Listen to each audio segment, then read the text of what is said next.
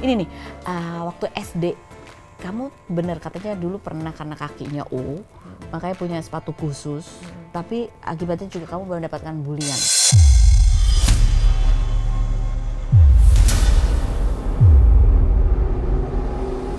Betul. Itu SD apa TK? SD. Serius? Kan sebenarnya harusnya dari TK pakai, tapi aku nggak terusin, tapi kakinya ngilu-ngilu gitu. Jadi sebenarnya konsepnya seperti kita pakai braces gitu loh, tapi di kaki. Nah, bentuk sepatunya itu kayak kebalik. Karena kan karena aku jadi dia untuk membantu supaya kakinya lebih keluar. Sampai pernah kan kalau dulu sholat zuhur kan biasanya orang pakai mic-nya buat sholawat dulu gitu kan sambil nungguin yang pada wudhu kan. Ada salah satu yang ngambil terus habis itu teriakin, aduh Sita kakinya bengkok gitu tuh lagi di musola banget nih gitu, kayak satu dunia mendengar gitu. Gara-gara itu aku sempet bilang sama mama, aku mau masuk paskib aja biar sepatunya sama nama yang lain. Cuman nggak tahu deh, kayak kalau dulu sih sedihnya sedih banget sampai sok-sok mau paskib biar sepatunya kembaran sama yang lain. Ya aku pikir-pikir kalau anak-anak kecil bully-bulian itu padahal kayaknya nggak diajarin juga ya sama orang tuanya. Nggak mungkin kan orang tuanya ngajarin kayak ayo bully dia gitu. Nggak tahu itu kayak mainannya mereka aja kali ya. Mereka nggak ngerasa bahwa itu menyakiti gitu iya, ya. gitu mungkin cuma bercanda-bercanda, mereka nggak bercanda. Tapi kamu pernah cerita juga bahwa kamu pernah mengalami hubungan yang abusive waktu zaman sekolah SMP. Itu traumanya kayak apa?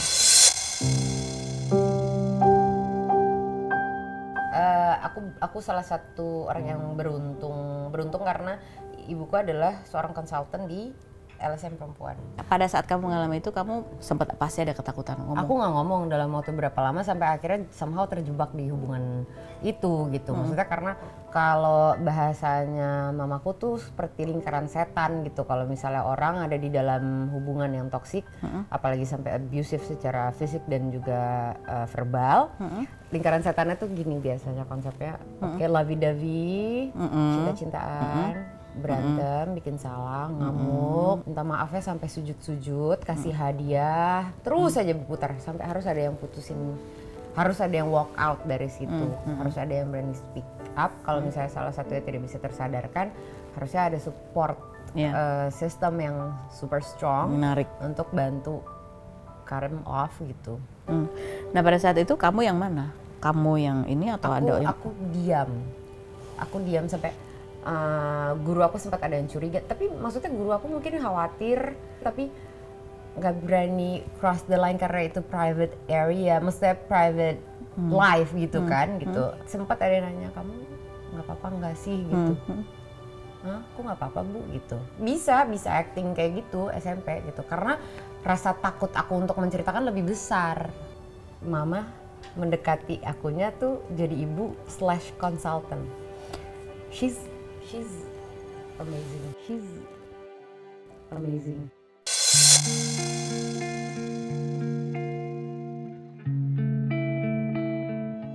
Kerennya tuh dari seorang mamaku adalah kan, maksudnya beliau bisa menyampingkan egonya sebagai seorang ibu gitu ya, melihat anaknya bentuknya agak udah nggak jelas gitu. Cuman maksudnya mengecampingkannya tuh gini. Jadi waktu itu tuh semua support system aku tiba-tiba bergerak sangat cepat dan bener-bener satu gerak, ayo dibawa kemana, terus habis itu pokoknya diumpetin dari ini gini-gini pokoknya gitu. Yang penting akunya tenang, terus habis itu mamanya ngapain ternyata? Mama nggak ada di samping aku. Ternyata mama menemui anak ini. Oke. Terus? Diajak ngobrol, ternyata dia juga adalah mamaku berlaku sebagai konsultan untuk buat dia. Terus habis itu ternyata anak ini juga adalah korban di rumahnya gitu. Dan dia pikir cara untuk menyampaikan apa yang diinginkan. Nah terus mama kembali lagi pada aku gitu. Dengan waktu terus berjalan, akunya disemangatin sama tante aku, sama kakak aku gitu. Terus gini, Sita, gitu, mama sudah bicara sama anak ini gitu. Terserah kamu mau pilih mana, jalur hukum atau bagaimana. Tapi mama tidak mengizinkan sedikit pun dia untuk ketemu kamu. Tapi kamu punya dua pilihan ini. Itu hak aku kan gitu. Aku bilang, tapi mah kalau misalnya dia sampai masuk jalur hukum lalu di penjara, hidupnya akan bagaimana?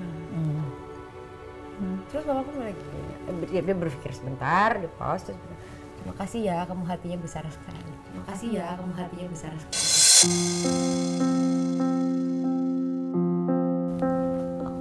Aku jadi terharu. Maksudnya kayak, oh iya ya, itu kan karena diajarin mama gitu. Tapi aku kayak, ya udah gitu. Abis itu udah nggak apa-apa gitu karena mamaku selalu ada gitu. Itu aku kayak, oh iya ya, aku jadi justru aku tersemangati dengan kalimat sesimpel itu, hati kamu besar sekali. Jadi aku eventually pengennya belajar terus untuk punya hati yang besar dalam menghadapi masalah-masalah yang lain yang pas udah makin nambah umur kan pasti ada ya warna-warni gitu. Jadi selalu pengennya belajar jadi orang yang hatinya besar gitu. Ya. Tapi aku nggak takut karena Gusti Allah tuh baik banget. Sampai detik ini aku nggak pernah selisipan, nggak pernah ada satu kali pun aku ketemu sama dia. Karena aku percaya, bukunya cuma sampai situ. Yeah.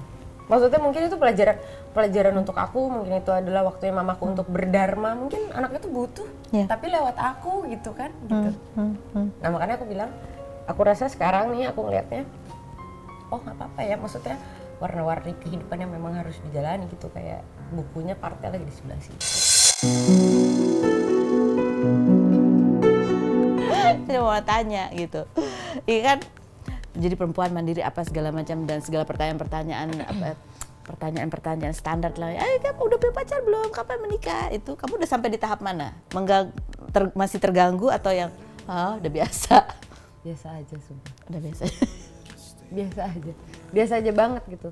Karena udah ada jawabannya belum? Kalau misalnya aku make fun of myself tentang kejombloan aku, itu karena aku bercanda aja. Nggak pakai hati gitu, bukan yang kayak beneran aku sedih tidak punya pasangan. Enggak. Iya. Aku beneran kayak udah di titik legowo yang kayak kalau misalnya dikasih alhamdulillah, enggak ya udah nggak apa-apa juga gitu. Karena aku tidak pernah berencana dalam hidup ini akan single selama ini. Tidak pernah berencana. Ya aku sekali ledekin, lo biasanya sedia payung sebelum hujan gitu, sekarang udah tsunami kok tetap begini-gini aja gitu. Terus aku pikir, oh ya mungkin karena aku ternyata justru sekarang sudah bersahabat sama diriku sendiri. Apa yang menurut kamu kata-kata yang menggambarkan ibumu? Berkah buatku. Berkah dan keberuntungan dan kelimpahan yang besar yang terjadi di kehidupan yang sekarang ada. Bapak? He taught me how to be brave to express apapun yang dirasain. Karena kadang ternyata untuk jadi orang, karena he's kind of bold gitu ya dengan caranya gitu untuk menyampaikan sesuatu yang mungkin kadang orang pikir terlalu keras gitu. Tapi ternyata aku ngelihat ada softness yang luar biasa besar di balik casing yang bold itu tadi. Dan kalau papa tuh jejelin aku tentang kultur Jawa dari aku kecil banget gitu, yang ya gitu, masa anak SD dikasih buku butir-butir budaya Jawa nih baca ya gitu. Jadi perempuan Jawa harus begini kayak gitu. Kita lanjutin obrolan. Lapar nggak kan? Lapar nggak? Lapar. Makan ya? Nggak tahu sih kalau pembicaraannya bikin lapar, aku lapar. Kalau bikin takut, aku nggak jadi lapar. Setelah berikut ini kita lanjutkan ya. Mau ngomongin apa yang bikin dia tambah lapar lagi. Tetap di Rumpi. Nah,